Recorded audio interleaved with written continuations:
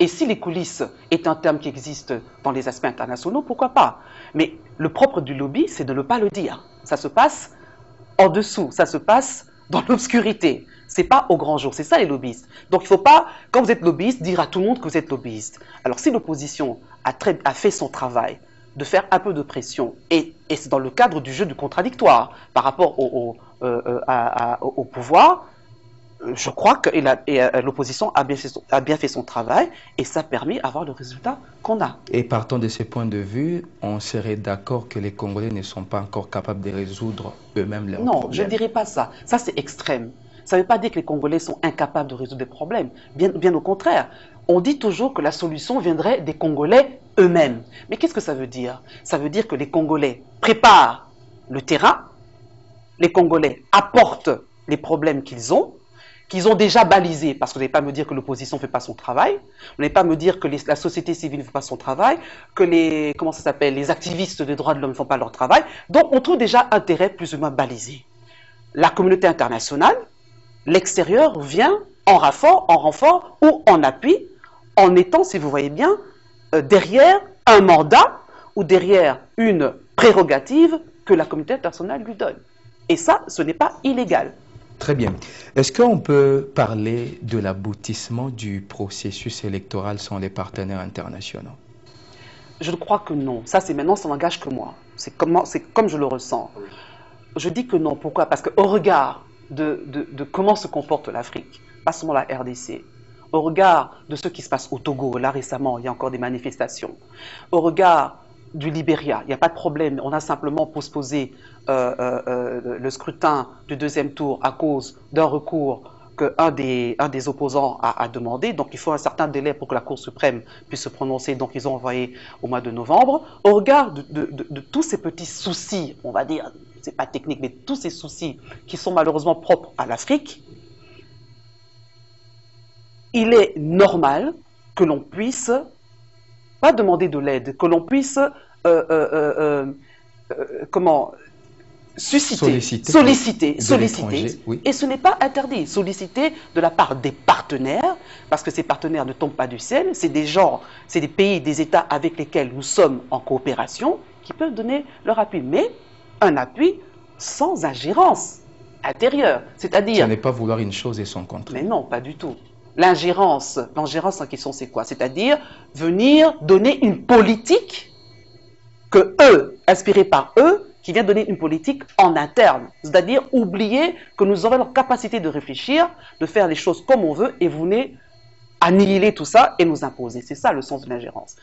Donc, c'est pas ça qu'on dit. On dit simplement qu'on peut vous aider, en tout cas apporter une expertise à un problème qui apparemment on n'arrive pas à résoudre en ce sens-là. Est-ce que vous avez analysé le passage de Niki? Niki a parlé à la CENI sans pour autant avoir des 7 centrales électorales son avis. Niki a parlé aux évêques, mais également à l'opposition, sans en contrepartie avoir un point de vue de ces partis consultés. C'est comme si Niki allait de porte après porte pour dicter une logique. Elle ne dicte pas une logique, elle fait son boulot. Elle fait son boulot d'avoir des rapports par rapport à une situation. Maintenant, quand elle a les résultats de ce rapport-là, c'est tout à fait normal qu'elle puisse trouver les voies et moyens pour aboutir à cette solution-là. Je ne pense pas. Le ton d'injonction, c'est vrai que ça a l'air... ça dépend aussi du caractère personnel de la Puisqu'on a même suivi Nanga qui a réagi juste après le départ de Niki, c'est Nanga qui réagit, alors que juste lors des entretiens, Niki parlait avec un ton décisif. Bon, ça, moi je crois qu'il ne faut pas mettre ça comme si elle venait vous imposer quelque chose. Je crois que ça fait partie de la nature même de Niki. C'est une femme imposante, c'est une femme en tout cas qui, comme je les aime, regarde les choses droit, oui, qui est froide, qui regarde les choses droit dans les yeux, avec un certain pragmatisme. Et quand on est pragmatique, on parle avec une certaine autorité. Mais ça ne veut pas dire qu'elle vient vous imposer quoi que ce soit. Elle vous invite, elle vous exhorte à le faire. Mais puisque vous vous êtes engagé dans certaines choses, il est tout à fait normal que le respect de l'engagement soit respecté. C'est tout simplement ça. Vous dites que vous allez faire sortir publier un calendrier électoral à une certaine période, faites-le. Vous dites que les élections vont tomber à une certaine période, faites-le.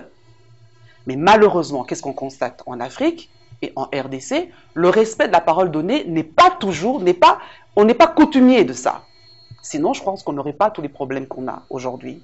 Si on respectait simplement la parole donnée, je crois que même Niki n'aurait même pas besoin d'être ici. Madame Allais plutôt, parce que ce n'est pas ma copine. Voilà. Voilà. Ce n'est pas ma copine. Au niveau de l'aide des partenaires internationaux, Oui. À quel niveau cela peut intervenir? L'aide peut être non seulement matérielle, morale. Oui. Oui. D'appui, matériel, moral, d'appui humanitaire, de soulagement. C'est une obligation? Non, je ne pense pas que c'est une obligation, c'est simplement, je crois que c'est un devoir. Un devoir quand l'autre est en souffrance, quand ton semblable est en souffrance, je crois que le devoir vous oblige à le faire. C'est dans ce cadre-là que le droit humanitaire international existe. Pour la petite histoire, rapidement, je vais juste vous dire, pour vous expliquer. Le droit international humanitaire est né simplement d'un certain monsieur Dunant, Henri Dunant, suisse de son État, qui un jour se promène dans une bataille en Italie qu'on appelle la bataille de Solferino, et pris de pitié par les affres de la guerre qu'il a rencontrées. Ça l'a tellement interpellé qu'il est allé à Genève dire que non, voilà, il est temps qu'on puisse encadrer la guerre. Faites la guerre comme vous voulez, mais encadrons ça. Utilisez l'arme que vous voulez, mais attention, qu'il y ait des armes conventionnelles et des armes non conventionnelles. Donc, pour revenir à la question, c'est simplement qu'on est sensible en tant qu'être humain aux affres que certains États ou certains individus voyous peuvent commettre sur les autres, et la conscience internationale, la conscience humaine d'abord, te sent obligé de venir en aide. Maintenant, les aspects intérêt, les aspects pression, les aspects influence peuvent venir après, mais au point de vue international, je crois que c'est tout à fait normal que dans le cadre de coopération, parce que le droit international a plusieurs principes, dont celui de la coopération, on est obligé. D'ailleurs, la charte de l'ONU le dit dans son article 1, si je ne dis pas de bêtises, que l'ONU est créée pour venir harmoniser les États du monde, pour venir faciliter l'aide et la coopération entre tous les États membres. C'est un devoir, vous venez de l'affirmer, tout en évoquant certains aspects humanitaires, très bien, mais c'est ce qui donne l'occasion à la CENI de les lister parmi les contraintes. De les lister parmi les contraintes. Oui. L'aide des partenaires internationaux, une contrainte, et que si cela n'est pas répondu, on s'en fout. Non, la CENI ne pourra pas se laver les mains comme Ponce Pilate. C'est pas possible. Il ne peut pas parce que ça sera se renier. Lui, c'est l'organe central principal de l'organisation des élections. Lui, c'est l'organe central à qui on a confié le soin de préparer ces élections-là. Mais dont la main est restée tendue à ce partenaire qui... Mais le partenaire, il vient comment? Le partenaire, il vient, surtout l'ONU par exemple, l'ONU vient non seulement parce qu'il est partenaire et que nous sommes États membres, mais aussi il répond, comme je dis tantôt, à des prérogatives que son statut même de lutte, que la charte lui prévoit. Les fameuses missions opérationnelles dont je vous ai données, qui ont pour but, comme je le dis aussi, de descendre sur terrain pour l'encadrement électoral, du scrutin électoral. Donc ce n'est pas une ingérence, ce n'est pas une injonction, c'est dans le cadre même des missions déférées à l'ONU quand il agit quand il utilise ses compétences opérationnelles. Très bien. Que deviennent les élections nécessitant bien sûr l'aide des partenaires internationaux, mais laquelle aide n'est pas garantie? Qu'est-ce que vous voulez dire par laquelle aide n'est pas garantie? Je veux dire, une aide... Il est demandé à la MONUSCO de présenter des moyens logistiques et que la MONUSCO est en incapacité de le faire. Oh, vous en faites pas, la MONUSCO sera toujours en capacité de le faire. Elle sera toujours en capacité de le faire. C'est-à-dire, quoi? Qu'elle est capable de sécuriser les urnes. Prenons un cas, par exemple. L'enrôlement, quand on s'est tous enrôlés, la MONUSCO était là, n'est-ce pas? L'enrôlement, la MONUSCO va jusque dans les endroits reculés. Justement, avec des plaintes de la CENI à travers les déplacements des matériels et tout consort. Donc ça, ce sont des menus frétins, c'est des petits problèmes techniques que l'on peut rencontrer. Mais je regarde le fondamental, je regarde le rôle principal, ok? Des petites, comment ça s'appelle, nervosités ou des petites contrariétés peuvent exister, c'est normal. Ça reste des humains, quelqu'un qui est impatient par rapport à la file qui est trop longue, et puis on a vu que les badges, on les donne à ceux qui viennent avant. Bon, ça c'est des problèmes techniques. Oui. Ok, mais le fondamental c'est quoi? Que la MONUSCO est bien là, est bien visible. Ok, et vous n'allez pas me dire qu'il vient s'ingérer pour voir comment ça se passe. Non, c'est dans le cadre de son boulot. Voilà, parlons de Nikki Haley, nous sommes en train de chuter. Bon, elle fait l'actualité. Justement, lorsque elle salue un calendrier qui fixe les élections en 2018, n'est-ce pas qu'elle concède un autre glissement? Bon, elle concède un autre glissement. Je ne pourrais pas répondre directement à cette question. Je voudrais simplement dire que si, selon la technicité de ce calendrier de 2018, qui malheureusement aboutit à 2019 pour l'installation du président, je peux concéder avec vous que effectivement, ça a l'air d'un glissement, surtout qu'on est malheureusement irrespectueux de la parole donnée, parce qu'il n'y a aucune garantie que ces dates pourront respecter. On dit ça pas en l'air parce que le passé nous a démontré qu'on ne respecte pas facilement. Alors, aller à la conclusion que ça va favoriser un glissement, j'attends qu'on arrive à cette période-là pour le dire. Donc je ne suis pas un devin pour dire que directement ça va favoriser un glissement. Non. Les faits sont là. Les faits sont là. Le 23 décembre 2018, d'accord. On va élire un nouveau président. Peut-être que ça sera vous. Mon Dieu. On va élire un nouveau président. Cela veut dire qu'on est au-delà du 31 décembre, date fixée par les deuxièmes accords. Là, je parle de l'accord de la CENCO. C'est une façon de concéder un autre glissement. Puisque pendant ces temps, jusqu'à arriver au 23 décembre 2018, on est au-delà de l'accord. Bon, de toute façon, en ce moment précis, le calendrier a été publié. Ok, l'opposition est en train de se mettre en ordre pour parler d'une manière commune par rapport à ce calendrier qu'on nous a proposé. Je crois que c'est un peu tôt. Laissons d'abord à l'opposition qui a contesté, mais qui va aussi, parce qu'on ne peut pas contester pour contester, qui a aussi une proposition à faire. Voyons voir qu'est-ce que l'opposition est en train de prévoir par rapport au calendrier initial, et puis on en reparlera si, grâce à ce que l'opposition dira, on peut mettre fin au glissement. Très bien, ça sera la dernière question peut-être. Ça pourrait éclairer la lanterne de plusieurs Congolais, la contribution des partenaires internationaux avec un candidat occidental. Avec un candidat occidental, c'est-à-dire une personne, quelqu'un qui est imposé. Mais ça, il faut être dans les arcanes des pouvoirs occidentaux pour voir qui est imposé, qui ne l'est pas. C'est comme ça que je réponds à votre question. Comprendre comme vous voulez. Voilà. La contribution des partenaires internationaux, sûrement, elle peut intervenir aussi dans le cadre des crispations du climat politique. Et bien sûr, parce que comme je vous ai dit, tout ça, c'est au nom de la coopération, au nom du voisinage, au nom de la paix dans le continent, au nom de la paix dans la région.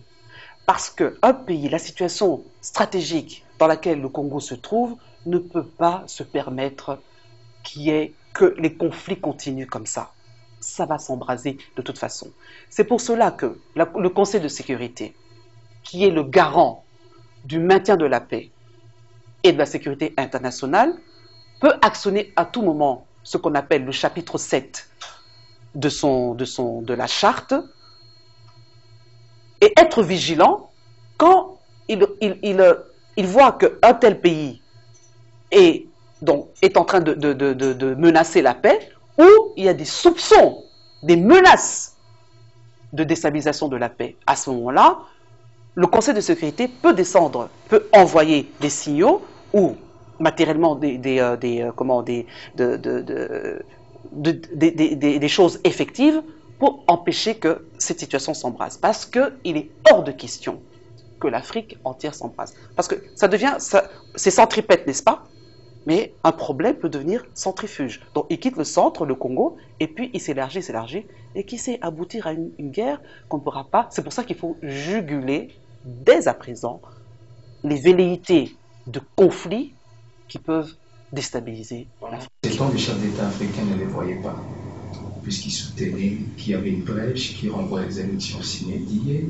Malheureusement, vous avez remarqué qu'il y a un décalage entre la lecture faite par Niki et la lecture des chefs d'État africains réunis dans des structures, je ne sais pas moi citer les noms. Mais voilà, exactement. Je ne peux pas vous dire non, c'est vrai, c'est le cas. Mais on ne peut pas non plus continuer à rester sur les constats. Essayons d'évoluer et trouvons des solutions qui nous permettront, pour l'avenir en tout cas, pour les autres dirigeants africains qui viendront, de ne pas tomber dans les mêmes travers des dirigeants du passé. Donc moi, ce que je peux dire, c'est que allons de l'avant. On fait des essais-erreurs, il faudrait peut-être arrêter de faire des essais et puis aller, cristallisons les choses pour qu'enfin on puisse avoir un peu de répit dans ce continent, avoir un peu de répit pour notre cher RDC. Très bien, mais on a peur de quelque chose. Oui. Entre les États, pas d'amis, pas d'ennemis non plus, mais il n'y a que des intérêts. Pensez-vous que les États en brouillage de relations, ça pourrait faire... Si vous me parlez en droit international... Une contribution de la part de ces partenaires internationaux. Si vous me parlez en droit international... Je vous dirai clairement les choses, sans embâche, en tant qu'internationaliste, rien ne se fait sans intérêt. Rien dans les rapports internationaux se fait sans intérêt. C'est pour ça que je dis toujours à mes étudiants qu'il y a deux façons de voir la scène internationale. D'une part, on reste dans la communauté internationale. À ce moment-là, nous sommes dans un secteur angélique, où tout le monde est beau, tous les États sont égaux, on s'aime, on aide, etc. Mais quand on tombe dans la société internationale, c'est là où les pressions, c'est là où les influences, c'est là où les intérêts priment. Et à ce moment-là, si vous voulez que vos intérêts aussi puissent compter, il faut que vous soyez un pays qui a un bon leadership, et ce bon leadership, donc un leadership responsable, qui va induire naturellement une bonne gouvernance, et cette bonne gouvernance va sceller la démocratie. C'est comme ça que je peux répondre à cette question. Très bien, nous chutons, carrément nous sommes à la fin. On ne sait pas comprendre. Niki qui est à l'ONU demanderait l'appui de la communauté internationale. N'est-ce pas bonnet blanc, bonnet ONU, communauté? Mais la communauté internationale, c'est un ensemble de pays, c'est un ensemble d'États. Elle est membre de la communauté internationale, comme nous, le Congo, nous sommes membres de la communauté internationale aussi. Mais je suis d'accord avec vous, quand vous parlez de la communauté internationale, c'est les pays de grande puissance. C'est ça. Quand on dit abusivement communauté internationale, quand on dit abusivement communauté internationale, ce sont les pays qui ont de grandes influences sur,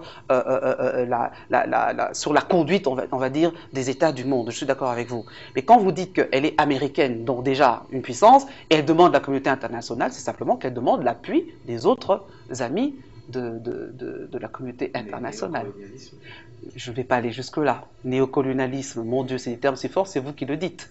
Je n'entre pas dans ce genre de considération pour le moment. Si vous voulez qu'on fasse une autre émission pour ça, avec plaisir. Merci. Nous sommes arrivés à la fin de cette émission, au cœur des élections, avec le plaisir de recevoir Madame Nicole Toumba-Boacha, professeure de droit international public à Kinshasa, mais également ailleurs. Mais vous croyez quand même à l'aboutissement de ce processus, n'est-ce pas, avec l'implication de cette communauté internationale? On est obligé. Implication avec la communauté internationale en deuxième ressort. Mais en premier ressort, c'est d'abord nous et nous-mêmes. C'est notre affaire. Et on doit y arriver, comme je l'ai dit, pour enfin donner un peu de répit à ce Congo qui a été longtemps meurtri. Mais on peut toutefois trouver la solution à ces chantages, les moyens financiers. Mais cette communauté internationale peut aller au-delà des appuis logistiques pour permettre quand même... Vous l'avez dit vous-même, c'est un jeu d'intérêt, c'est un jeu d'influence. Pour que les influences, pour que vous soyez égaux devant ces intérêts-là, il faut que déjà vous-même en interne, vous soyez forts.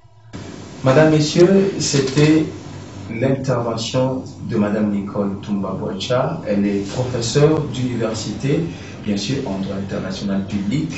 Tous les plaisirs étaient le nôtre de les recevoir au cœur des élections. Nous vous fixons rendez-vous très prochainement avec le même plaisir.